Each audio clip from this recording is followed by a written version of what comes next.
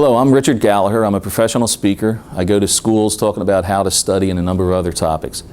If you're interested in any of my programs, you can check my website. It's studyskillscentral.com.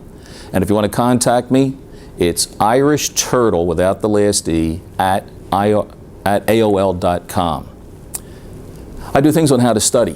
When what you've been doing just is not working anymore, I would suggest this. When you are in the classroom, to write down the teacher's questions.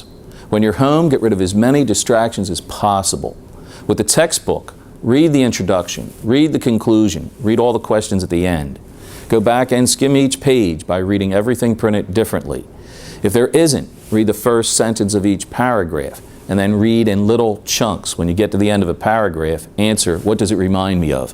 Look at notes, but start to study color-coded flashcards. Say everything out loud and make an audio tape. When you're finished, write everything to prove you know it. The few you don't know, study somewhere else. One 8th grader told me he studied one of these in his closet. But he said the next day during the test, said I was in the closet with that.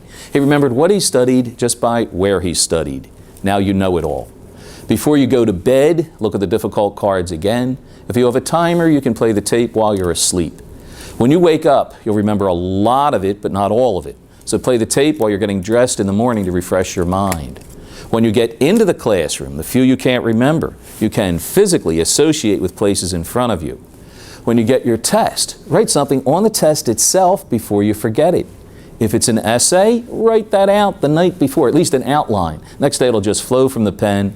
Any computer test, ask if you should guess, because some tests you will earn a better grade when you leave blanks. Is that a mouthful? Not really. When you break that down, line by line, idea by idea, the journey of 1,000 miles begins with the first step.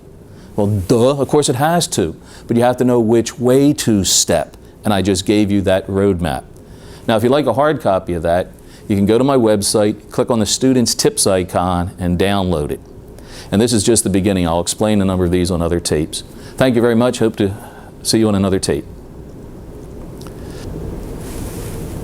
Just so you know where the break point is. Hello, I'm Richard Gallagher, a professional speaker. I talk about how to study and other topics. If you want to contact me, you can check my website. It's studyskillscentral.com, and my email is irishturtle without the last E at AOL.com. Never leave a blank on a teacher-made test. Where did Columbus discover America? One boy told me, from his boat. That's a right answer, not what a teacher's looking for, but that is a correct answer. This idea of never leaving a blank was made clear to me the first large group I spoke to, Pottsville, Pennsylvania. A minister, John Connolly, told me this afterward. In seminary school, everybody knew the final essay question. The man had been teaching the course for 20 years. Elementary school a little bit, high school yes, but college definitely. You have to study the teacher almost as much as the material. And this guy was in one major rut. He had been given the same question all those years. And the question was, discuss the travels of St. Paul. He was ready. You can imagine every seminarian must have been prepared. But when they received the test the next day, the question was, discuss the Sermon on the Mount. What happened? Panic set in. Then what happened? He said he wrote this.